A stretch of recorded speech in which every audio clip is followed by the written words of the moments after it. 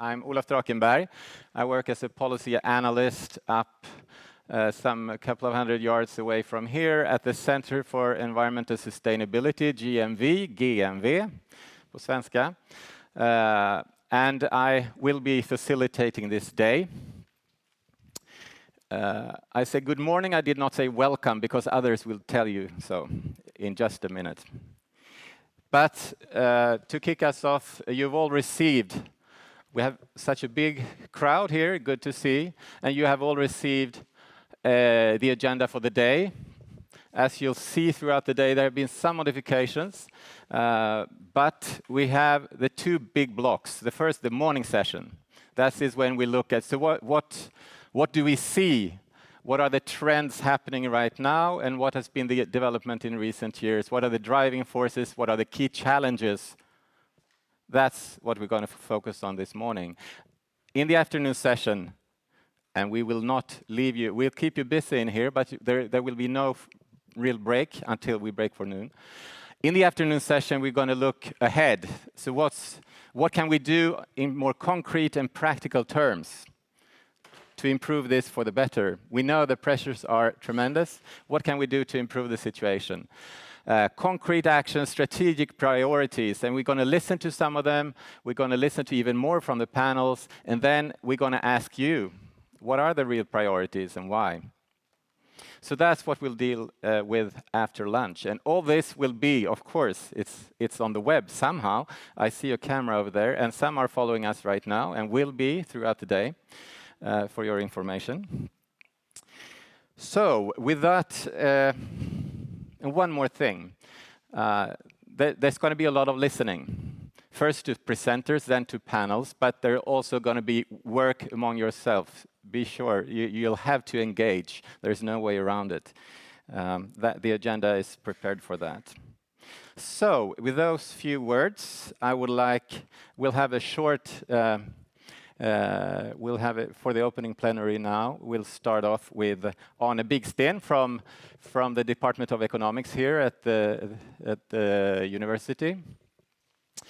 And he's also the director for the Gothenburg Center for Globalization and Development.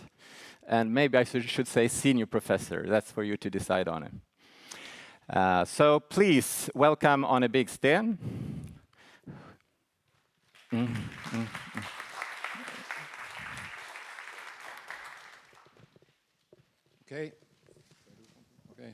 Okay, my task here is to welcome you all to this important seminar. As you see, it's quite a gathering of organizations joining in here. RRI, SIDA, SIANI, and Focali. But my point is basically to welcome you here to Gothenburg University. And Gothenburg University, as you might know, is one of the biggest and most important universities in Sweden. And it's a university which has quite a lot of focus in its research on development challenges and global development issues. And there are quite a few efforts to build research further in this area than what we've done so far. And actually, I'm involved in an evaluation by the Swedish Social Science Research Council right now on development research in Sweden. And in terms of social science research, Gothenburg is actually the biggest agglomeration in Sweden. So it's a big activity going on here. As Olof also said, I'm the director of the Gothenburg Center of Globalization and Development, which is an interdisciplinary activity. And one of the things we do is to support activities that cut across disciplines. And one of the initiatives we've taken then is to support this land rights initiative, LARI, which is behind the organization of this conference. And GCGD, we are working basically on issues relating to development in the third world in terms of domestic governance issues, etc., and its relationship to what's been to the links with the developed world. So we are interested in these interlinkages between the North and the South and what it does to development in the South. So this is our theme, and this is where this conference fits in very nicely. I'm also, of course, in the economics department, and this is an unusual economics department in the sense that development economics, for example, is not a side activity in some cupboard. It's one of the main things in the department. The others being things like environmental economics, which is very big, and this is also relating to this area. There's a lot of research going on land issues in Africa, Ethiopia in particular, but also China, India. And this is a big theme in the department, where another focus is behavioral economics, I guess. And all this relate to each other, and we also then interact with other disciplines on these areas. So I think University of Gothenburg is a major player when it comes to development research in Sweden. So this is the place you should be if you're interested in these issues. Okay, my main interest over the years have been African development. And one of the things that I'm interested in from this conference is basically how we can relate this things about land rights, justice for the poor, rural population, etc., and economic development and economic growth. Because if Africa is going to do better in terms of poverty reduction that is done so far, there needs to be an economic takeoff. And this will require changes in the agricultural, rural areas as well, for sure. And that then has to be matched with efforts to protect the interests of those in the rural areas right now. But for Africa to have a takeoff, to really manage to achieve poverty reduction long term, it requires structural change, for example. It requires urbanization. It requires manufacturing expansion. And that is necessary if we're going to lift people out of poverty. And that requires investments in areas where this can be supported. But this then has to be matched against what's the interest in other parts of the population initially. I mean, in Sweden we had 70% in agriculture 150 years ago. Now it's, well, nobody has seen a farmer basically, but maybe it's 1%. Africa is not going very far, so far in this direction, and that transformation has to happen there as well. And that's the perspective that you need to think about when you look at this trade-off with land rights, etc. And you need to sort of trade off food security, land right issues, protection of non-agricultural resources like forests, etc., against these other things. And we have, for example, in our department an interesting project on land grabbing or agricultural investment in Africa, looking at foreign investment coming in, going into land and what it does, what impact it has on poor people in the rural areas, but also on the general economy and what drives this. Is that a good thing or a bad thing? That is something I think you guys should debate, because the problem in Africa is basically not that there's too much foreign resources investment happening there. The problem is there is too little. But the problem is also then we're concerned about equity, justice, land rights of poor people, and this, to my mind, is one of the key areas that we need to, which is the challenge of these issues we are talking about here, or you're going to talk about here today. And by the way, Sven Tengstam and Per Lalerup sitting down there are the guys doing this quite interesting project, and I'm sure you'll hear from them as we go along. So, I welcome you, and I hope you can take up these challenges, and you'll have a fruitful conference, and I hope to learn a lot from you guys. Thank you.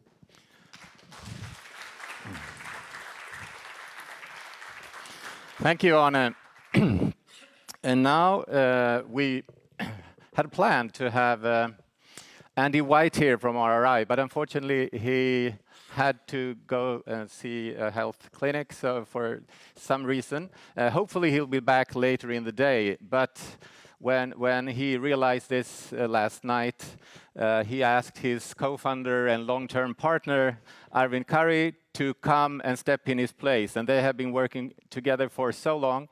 So Arvin is the executive director of RRI, and he will give a brief presentation in Andy's place. And You're a natural resources management specialist and having worked on these issues for very many years. So please welcome Arvin Kari.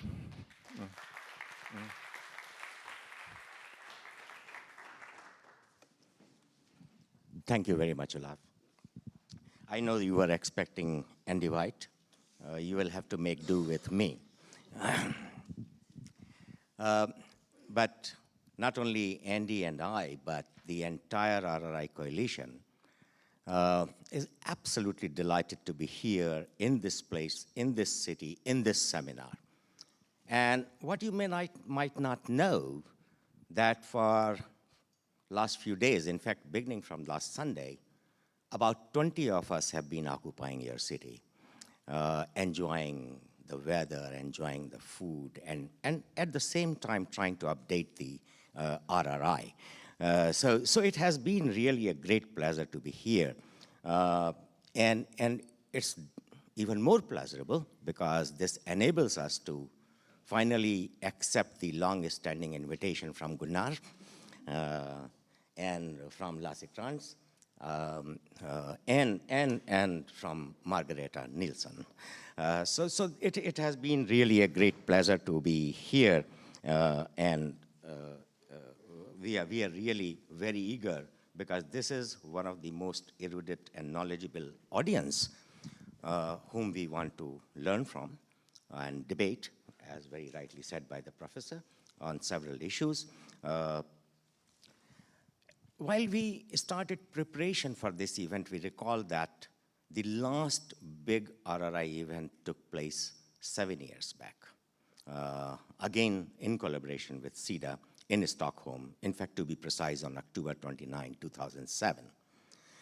Some of those in this room were present at that time. Look, 7 years for the university students might sound like ancient history, probably belonging to the geology class or something of the kind, but we still vividly remember that particular event because there were certain things which I will briefly narrate to you.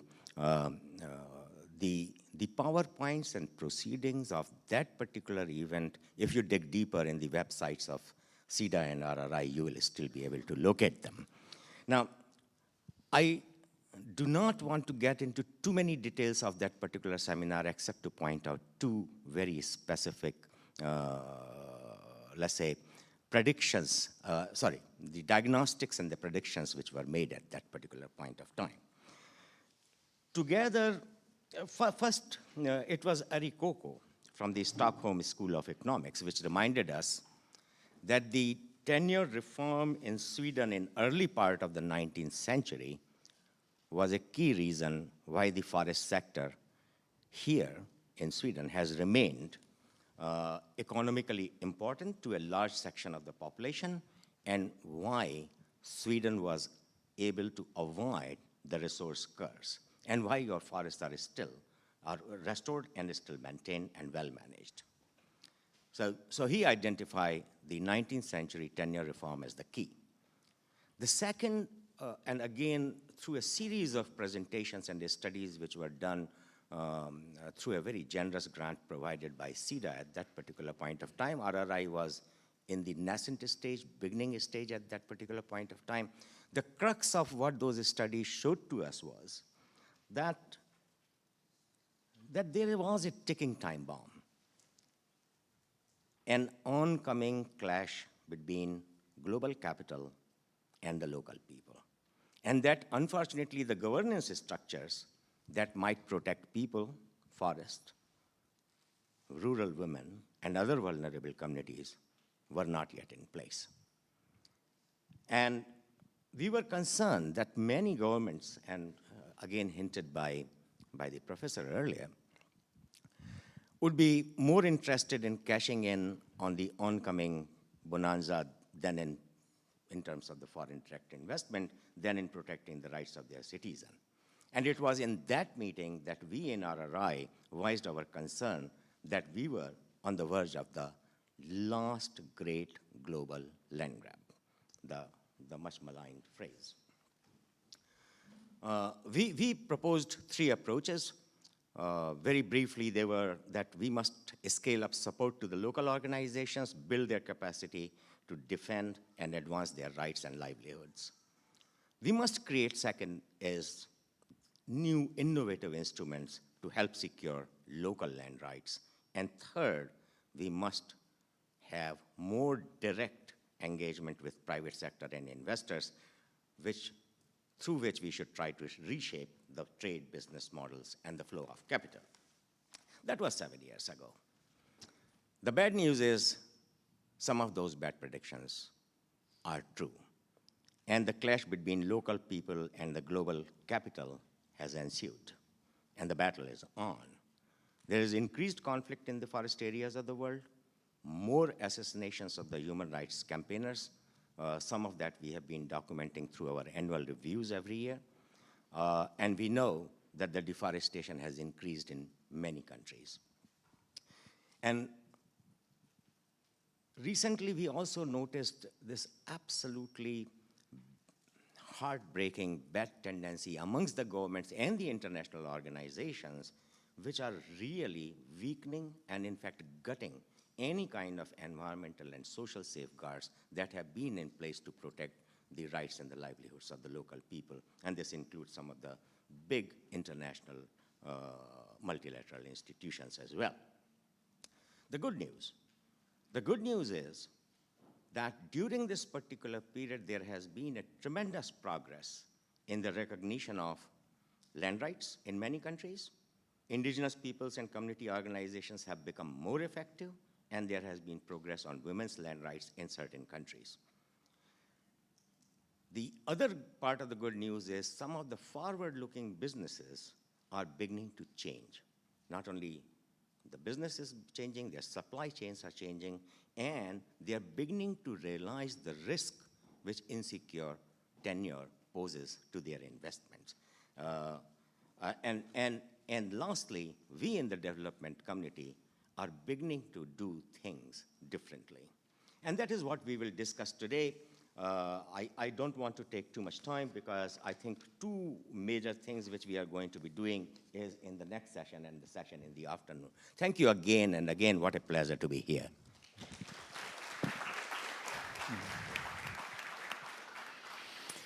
Thank you, Arvind. And you mentioned that there are good news and bad news.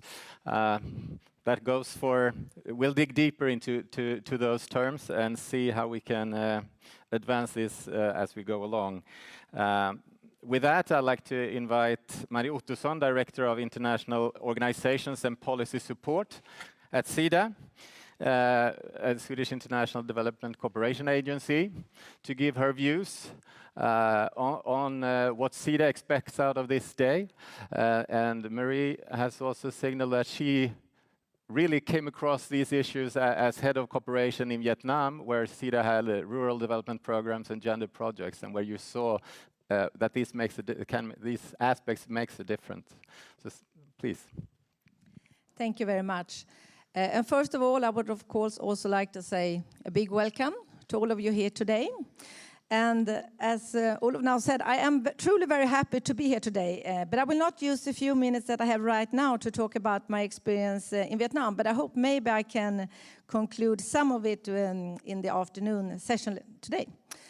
But I will of course talk a little bit about what we see of land rights from a SIDA perspective. And it is something that we often discuss. And we discuss how we can